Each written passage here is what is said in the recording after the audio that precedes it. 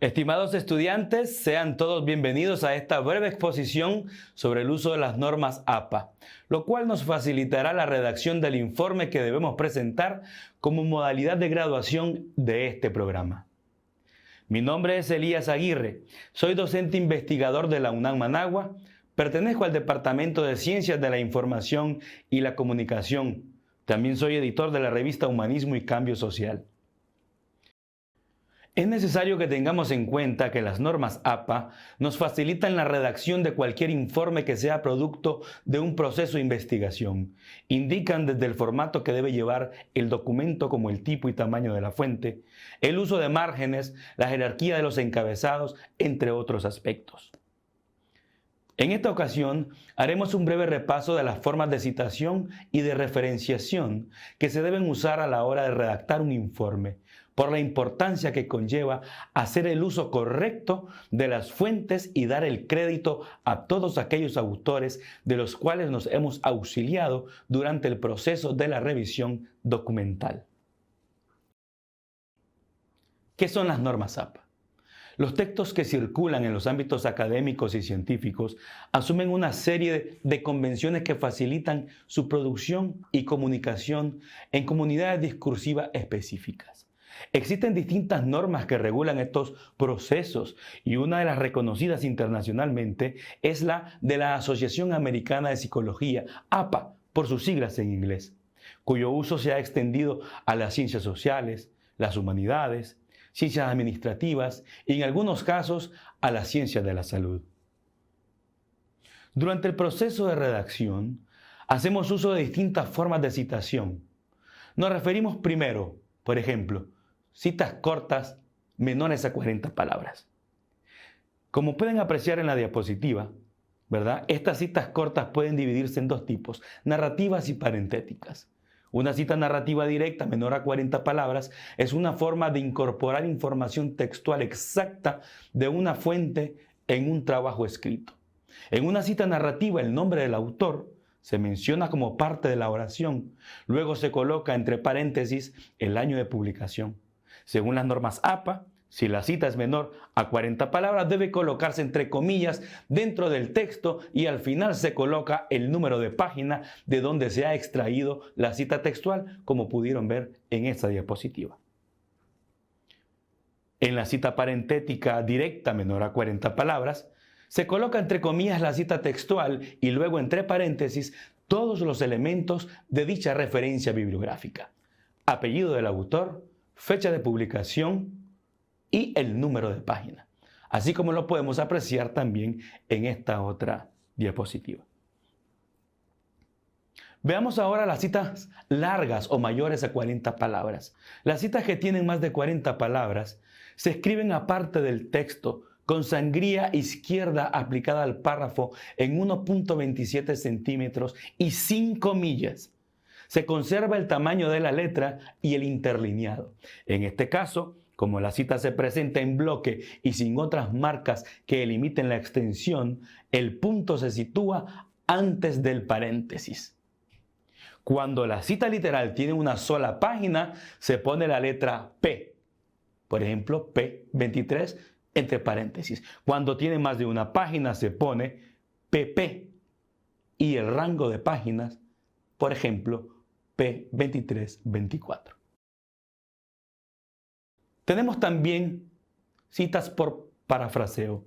En el parafraseo se utilizan las ideas de otro autor, pero en palabras propias del escritor, lo que implica una reelaboración de la información que trasciende el uso de sinónimos. En esta cita es necesario incluir el apellido del autor y el año de la publicación. No es necesario colocar el número de página. Tenemos ahora la cita de los autores dentro del texto. Los autores se pueden mencionar por su primer apellido o por los dos. Si en la fuente original el autor une sus apellidos con un guión, en la citación debe mantenerse. Veamos estos ejemplos. Ochoa Angrino, 2015, por ejemplo, o con unión Hoyos Hernández, 2020. Cita de dos autores, Cuando una fuente tiene dos autores, sus apellidos van separados por "y", tanto en las cintas narrativas como parentéticas. Esta es una propuesta de adaptación al español. Por ejemplo, García y Méndez de 2017 afirman que es necesario hacer esas consideraciones. Otzen y Manterola 2017, por ejemplo. Y tenemos otro ejemplo, Rambeil y De Beiser 2020. Postulan en su teoría que tres o más autores. Cuando son tres o más autores se cita el apellido del primero, seguido de et al, que significa y otros, desde la primera citación. Por ejemplo, Morrison et al. 2015 afirman que la diversidad de género, o bien, este otro ejemplo, una perspectiva igualitaria entre los géneros, Morrison et al. Autor corporativo.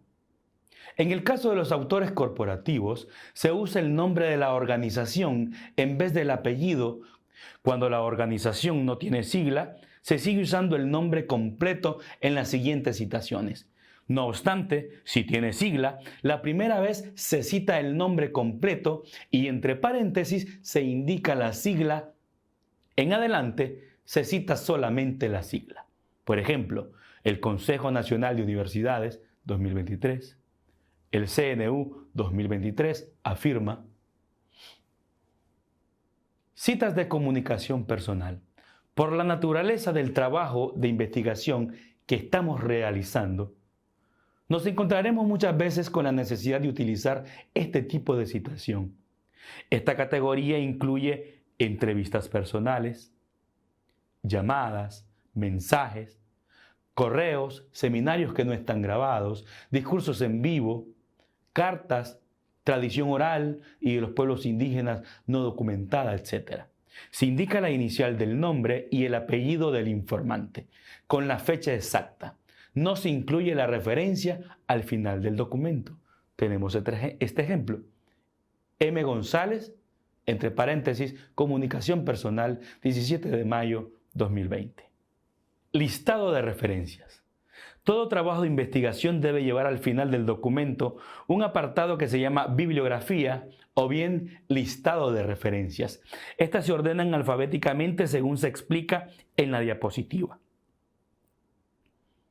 Veamos ahora cuáles son los elementos de las referencias. Si bien los datos de cada referencia deben organizarse de acuerdo con la categoría a la que pertenece la fuente, hay 4 datos básicos comunes a todas las obras. Estos son autor, fecha, título y fuente. Veamos ahora las formas básicas para referenciar los libros. Como ven en la diapositiva, se indica el apellido del autor, inicial del nombre, año de publicación entre paréntesis y el título del libro en cursiva. Luego, la editorial. Capítulo de un libro. Se hace referencia a un capítulo de un libro cuando el libro cuenta con un editor y los capítulos han sido escritos por distintos autores. Por ejemplo, apellido, inicial del nombre, título del capítulo de la entrada en apellido, el editor, título del libro, rango de páginas y la editorial. Artículos científicos. Los artículos científicos son publicaciones primarias que aparecen en revistas especializadas. Pueden aparecer en versión impresa, digital o en ambas. La mayoría de las revistas incluyen los datos de volumen y número, pero alguno de estos datos puede estar ausente. En estos casos, se omite de la referencia conservando el orden de los demás elementos. Informes gubernamentales. Se indica el nombre de la organización, el año de la publicación, el título del informe, el número de la publicación y la URL o dirección electrónica. Páginas web. Debe indicar el apellido, inicial del nombre, fecha de publicación, título, nombre del sitio web y la URL. Estimados estudiantes, esperamos que esta información les sea de utilidad para la redacción de su informe final de graduación. En la plataforma virtual también estará disponible para ustedes un documento en PDF sobre el manual de las normas APA séptima edición. Esto es todo por mi parte. Un saludo revolucionario para todos ustedes.